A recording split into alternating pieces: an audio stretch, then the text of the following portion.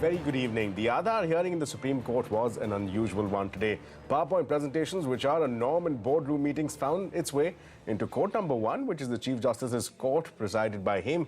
The UIDAI Chief Ajay Bhushan Pandey made a PPT presentation to the Constitution bench and highlighted 4 key points. 1, a basic introduction to what is exactly Aadhaar. 2, the technology behind it. 3, the privacy safeguards in place. He also showed a short movie to demonstrate the security measures in place. But what's interesting, during the presentation and the question and answer which followed, he made 3 key concessions. First up, there is no institutional mechanism in place to check the denial of benefits despite authentication. That's the first key concession.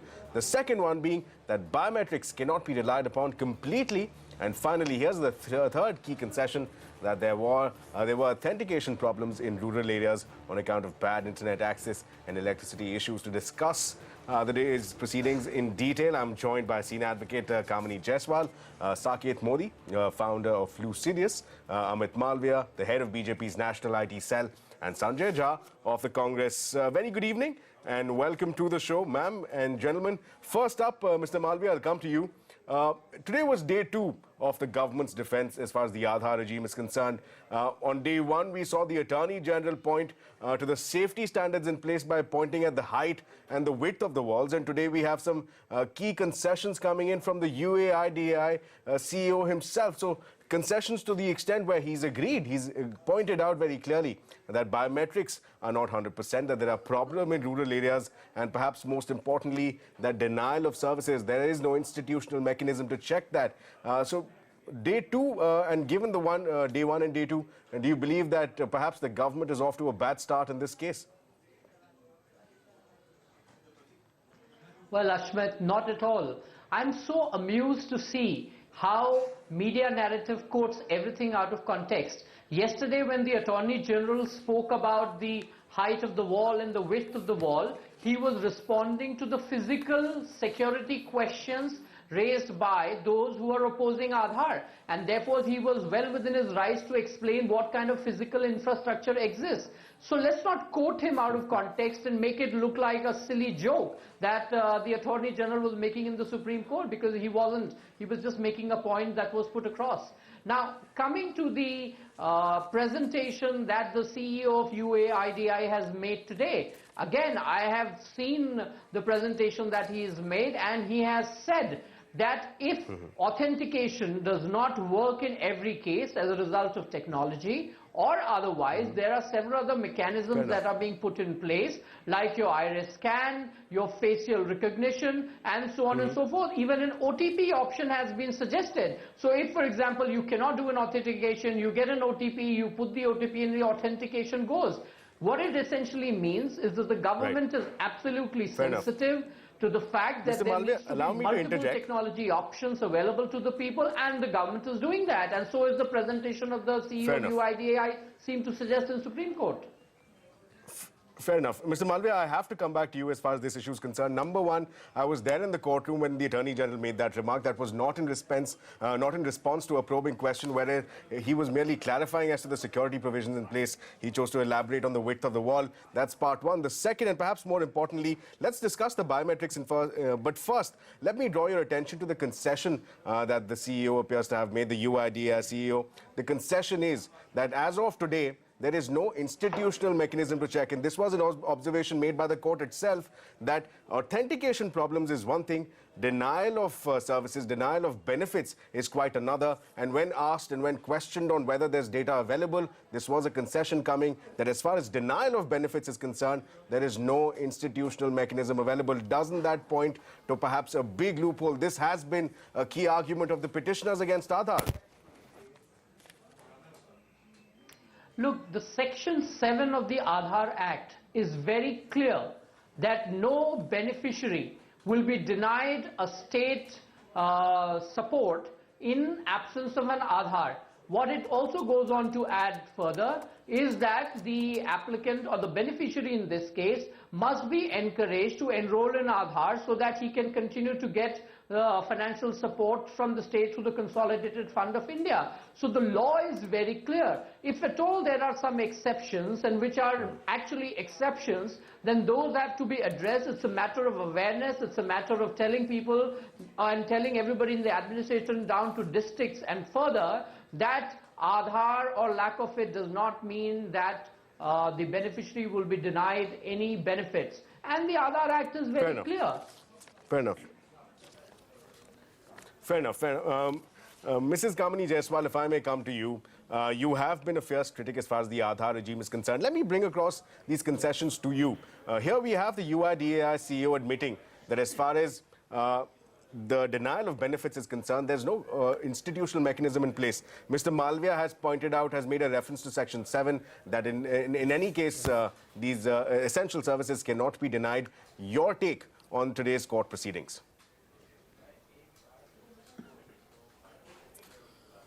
See, let me admit I was not in. Mrs. Jaiswal, if I'm audible to you. Number 2, sections, you know, can you hear me? I can hear you. Can you hear me? Yes, please go ahead. Hello? Yeah. See, there are a lot of provisions in the law, but we have to look at the practical aspect of it. The petitioners have been arguing ad nauseum that there is, you know, number one, that benefits are being denied to the people. To say that section says it will not be denied is not enough.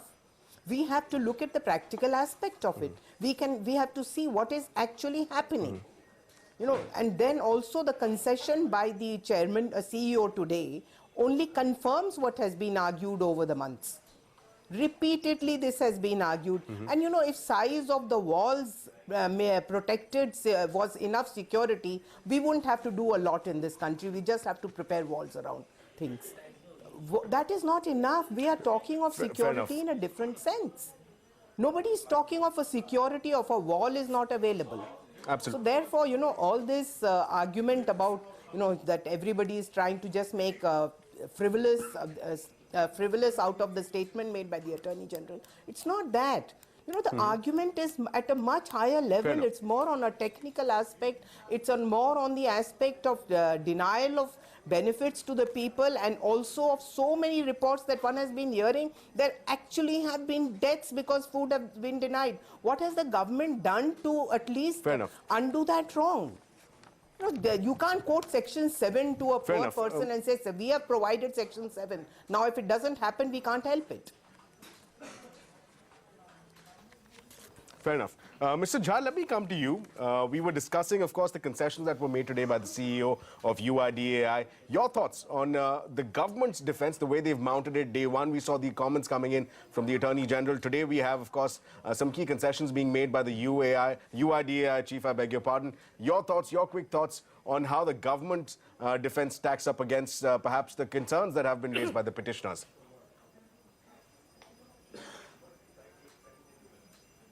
You know, to just put this discussion in context, I mean, let us remember that Mr. Modi's government went to the Supreme Court actually saying that we Indians don't have our own independent right to privacy until thankfully the Supreme Court overturned that. The more fundamental point has already been raised by, I think, Ms. Jaiswal here, and which is that there are so many instances across the country where people have actually died because they don't have the Aadhaar linking to their food rations. I mean, you know that the midday meal schemes, by the way, have seen a dramatic, lesser number of enrollments because they have insisted on Aadhaar. That's one of the reasons why on the Global Hunger Index, India's ranking has worsened. You have a situation today in the country where Aadhaar, which was meant to be only focusing on those who needed certain welfare subsidies, it has now been expanded into becoming one draconian law, which is why I'm glad the Supreme Court asked, I mean, is this Aadhaar now susceptible to becoming an electronic surveillance system by which government can actually do racial profiling and tracking of individuals' behavior and, their consumption patterns? I think there's a larger worry. And may I add this point, that in the light of the recent hullabaloo that we're hearing about Cambridge Analytica and the breach of data with Facebook, I think one of the biggest worries we have that the Ravi Shankar Prasad as an IT minister in a very irresponsible fashion made a political statement. But what Mr. is Jha, not answering to let's the keep people from of India digressing here. is what about breach of that data? And I'm glad Supreme Court is asking these questions. No, Fair the enough. Supreme Court asked that question. What about the Fair breach enough. of data? What does it mean in terms of individual privacy and our right to, kind of have our own, kind of information exclusive to ourselves? So there are larger implications of this, and one of them critically is that this government has to admit that the technology backbone, the entire infrastructure for implementing Aadhaar is today extremely fragile. Fair enough. Mr. Modi, let me come to you. You're, of course, an expert in matters of cybersecurity. Let me put to you the concessions that were made. There were concerns raised with respect to the biometrics. They're not 100% reliable. Let's caveat that as well. Let's not put that out of context. The UIDAI CEO also clarified that there are other ways and means of verification, of authentication. But there were also concerns with respect to authentication in terms of rural areas where there is no internet access sometimes. There are issues with respect to electricity supply. In response to these concessions, what would your take be? What would your reaction be to perhaps the entire gamut of the infrastructure in place that Mr. Jha was referring to? So if you really think about authentication and how Aadhaar works out here, let's take a step back and understand that currently what are the ways in which we authenticate anything. Let's start with checkbooks that we sign, which requires physical signatures, till badges that we provide while entering a particular office, till actually going ahead and handing over our PAN card details when we open bank accounts. Now, if you really think about the degree of complexity which is required to go ahead and replicate any of these authenticating mechanisms, it's far, far lower than the degree of going ahead and replicating somebody's fingerprint. So fingerprint, is that foolproof? No, it's definitely not, and it can be replicated. But again, it's as replicable, or I would say much, much complex to replicate than what you would have through the other existing authentication mechanisms to identify individuals. To your question about the infrastructure being fragile, of reaching out to people, I think, as an Indian, I believe one of the best things that I have been able to be fortunately able to see in the last 5 years of my life has been a revolution which has touched 125 crore Indians out of 119 crore Indians, which is the enrollment number for Aadhaar right now, out of a total population of 125 crore population. And think if there was a problem in terms of, onboarding people, because almost 96-97% of the people are now onboarded with Aadhaar. The connectivity or the technology is not a problem. Of course, the other one around how do you get the technology to authenticate through the fingerprint, that is going up as we speak. And scientifically, we are at a point where we are at an accuracy of more than 97 to 98% on certain base models, which cost anywhere between 2,000 to 3,000 rupees, to authenticate somebody. Mr. Modi, I just have to interject very briefly. Go ahead, please. Allow me to just interject that even while we make these concerns with respect to biometrics, number one, he has conceded that it's not 100% accurate, but of course there are other alternate means. I'll raise the same question that Justice Diva Chandrachud raised as a part of today's proceedings, that for people, and this was an observation that was seconded by Justice Sikri as well, the observation being that while this might be true for people who are living in cities, who are living in urban centers, what happens when the same complexity, the same complex mechanism of authentication is applied to somebody who's staying in Jharkhand in perhaps tribal areas or perhaps in more economically backward conditions? That does raise the question, in fact, something as simple as a migrant labor. The question that the Supreme Court raised was that the fingerprints get torn away over a period of time, and hence raising questions over authentication. So these are questions that are being raised. So and while it might be true, it might perhaps apply to us, it also applies to people in backward areas. So there are two different questions that you're asking me. First, what about the complexity of authentication? The second, what about those people whose fingerprints get washed away because of the hard work that they are doing? Let me answer both of them. The first one, In terms of the simplicity of authentication, I do not think there can be a more simple way than giving a 12-digit number and giving your fingerprint. Because I think that's something which, it doesn't matter, you might be in the 5th tier city of the country also, you definitely can do. To your second point, I think it's very, very valid that we have to ensure that there are authentication mechanisms beyond just the fingerprint. And that's the beauty. There are 125 crore people whose not only fingerprints but their iris plus their photos have also been taken. So I'm of the favor where the current Aadhaar Act needs to be changed, or if not the Act, at least the mechanisms need to change, where if somebody is not being able to authenticate through the biometric, there needs to be a parallel way in which you authenticate somebody, and that's where OTP has been suggested. That's where the pictures have been suggested. Fair enough. Interesting. So Mr. Modi does back, at least Mr. Modi believes that the infrastructure is simple enough in place to be accessible to large sections of population. Mr. Malviya, let me come to you. And this is with respect to in case where authentication does take place, but services are denied. The Supreme Court made a distinction here that there are cases where perhaps authentication difficulties prompt denial of services, but there are leakages in the system that the Supreme Court observed. And these are cases where authentication does take place, but corrupt agencies disallow access to various amenities, and that this is likely to continue despite Aadhaar. And importantly, I must quote the UIDAI CEO where he said that this is an area where Aadhaar can do little or nothing. And again, stressing on the question that there is no institutional mechanism. Does that perhaps, Mr. Malviya, strengthen the hand of the opposition, strengthen the hand of the petitioners when they say that there is perhaps a sense of exclusion under the Aadhaar regime? No, I don't understand why that would be the case, because if today a certain beneficiary is being denied something by the agency or people responsible for distribution, at least the Aadhaar ensures that the person who has authenticated is the actual beneficiary.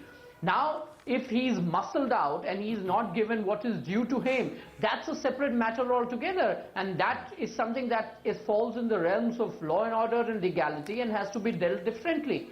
But let's come to the important aspect of what the Aadhaar can do in case some of these agencies turn on. There's obviously an option to credit the individual's account directly. He could be given money in lieu of it, in which he could spend the way he wants to. Why should the state be a nanny and keep telling the individual how much rice and how much gram and how much milk he should have? The individual can decide. The woman of the family can get the allowance from the state, and she can spend it as she wants. We're digressing, Mr. Malviya. I have to bring you back to this one point alone. I have to bring the conversation back to this one point. You mentioned that it's a case of law and order in case the authentication does take place and there is still services are denied. But that is the key contention here, that there is no enforcement mechanism. There is no institutional mechanism. The CEO of UIDAI says it's not up to us. Right. The concerned ministry should take it over. That again raises the question. Why one might attribute it to perhaps law and order, if not Aadhaar. But again, the question raised is that there is perhaps an environment of exclusion, Mr. Malviya. But that exclusion is not because of Aadhaar. And that is the important point to understand. We are discussing Aadhaar. The Aadhaar is not ensuring that exclusion. And there are several ministries which may be providing state benefit to individual. It depends on which beneficiary is seeking what benefit from which ministry. But it in no way is a statement on Aadhaar, and I think that is something that even the courts realize this. Now, coming to what kind of institutional mechanism should there be, that's a separate matter of debate altogether. But Mr. Malviya, isn't that the same concern here? That Aadhaar, the entire PEG, the Attorney General began his arguments yesterday by pointing out that the reason Aadhaar is critical is that it allows people to live a life of dignity through access to food, to education, to shelter. But if the very argument that you tell me as of right now is that Aadhaar system per se may not perhaps deny services, but the neighboring ecosystem is what is prohibiting access, then doesn't that defeat the purpose entirely of providing a life with dignity, with no access?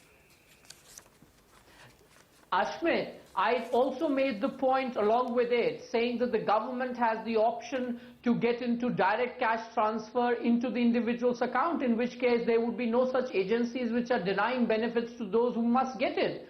The fact is that Aadhaar and the jam trinity that the government has put in place allows for a great deal of innovation, allows for a great deal of flexibility in terms of how the state is going to support those who need its benefit. And I think that's the future of where we are going to go. A Jan Dhan account, a mobile phone and Aadhaar linked together. So that's the direction for the future. That's the direction for the future coming in from Mr. Amit Malviya. Mrs. Jaiswal, if I may come to you, the concerns, the argument here being presented by the BJP is that perhaps an alternate model where we have the Jan Dhan Yojana, where we have the direct benefit transfer, that's the answer. In your assessment, does this perhaps is this perhaps another argument in favor of Aadhaar, or does it weaken the Aadhaar argument when we speak of the Aadhaar perhaps in terms of the exclusionary sense, in terms of perhaps benefits being denied? I'm sorry. If the fact that you would need to go to, what is the purpose of spending all this money on Aadhaar? If ultimately you have to go back to a Jan Dhan Yojana or direct, remission of money, etc. Why do and my concern about Aadhaar is much more serious than even this. My concern about Aadhaar is we are placing all our life in the hands of an agency which has absolutely, there is completely without control, and you know what it could lead to? They could identify people, and the kind of things that happened in the 1984 riots, when with a ration card people were identified and there were violence. This will happen with the Aadhaar, because in whose hand will this go? We don't know. This 15-meter wall may not be able to secure all the data from the hands of it is very, very dangerous.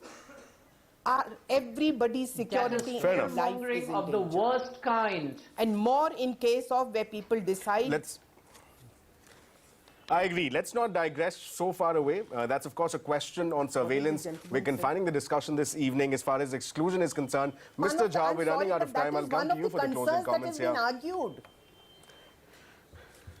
Indeed, and it will be argued again on Tuesday when the Supreme Court takes up this case for further hearing. But, Mr. Jha, I'll come to you for closing comments. That, again, the question being raised this evening is the question of exclusion. The question has been one of exclusion. Mr. Malviya is of the clear opinion that Aadhaar does not stand alone. There's, of course, the DBT regime to look at. Mrs. Jaiswal is raising questions that if that's the case, then why spend so much money on Aadhaar in the first place? Mr. Jha, I'll come to you for closing comments. Does this concession by the UIDAI CEO that Aadhaar cannot handle cases where there are perhaps, despite authentication benefits are being denied, does that perhaps contribute further to the argument of the environment of exclusion? Well, let me tell you, I think it's a very pertinent question. Despite a biometric, by the way, information being there with the agency, there are several cases on account of poor connectivity. You know how, telecom and internet connectivity is still a huge challenge in large parts of a country, particularly in rural areas. And there are people whose biometrics, by the way, are not matching. Let's accept that reality. Biometrics, by the way, are also being fabricated as we talk. So let's not assume that biometric information is necessarily totally insuperable. It is being hacked into. So end of day, if an individual, a poor person who needs a certain welfare benefit can't even get his biometric verified, can you imagine the trauma they go through? They will not get the food grains or education or scholarship or pension that they need and deserve. And I'll tell you, you raised a very valid point that ultimately the distribution is fundamental. Now, if the person who is actually going to be part of the distribution chain is going to make a short charge there is no way that anybody, even if you have an Aadhaar or anything, it can't really be a substitute for preventing that corruption. And I think the logic that everything should be direct benefits transfer, I think has already been trashed by any sensible analyst, because if you give only money in lieu of goods and other benefits that need to go to the people who need it, it might be abused, it might be misused. There are ways and means by which the entire distribution mechanism on subsidy expenditure works. So I think this is all a very extremely absurd argument being made by the BJP spokesperson here. Fair enough, Mr. Jha. I believe that's all we have time for. We appreciate the time and perspective that our guests have shared with us, as well as our viewers, Mr. Malviya, Mr. Jha, Mr. Modi, as well as Mrs. Kamini Jaiswal. Appreciate your thoughts and time. Clearly, this is a debate that we've yet to see the end of. What we understand is that the Supreme Court will resume arguments in this case. And mind you, the UIDAI CEO, Mr. Pandey, he's yet to finish his presentation. The PPT presentation will continue once again when the Supreme Court convenes once again, when the Constitutional Bench convenes. That'll be on Tuesday. We'll, of course, bring you all the news and updates. But for now, that's all we have time for. For more news and updates, keep watching CNBC TV 18.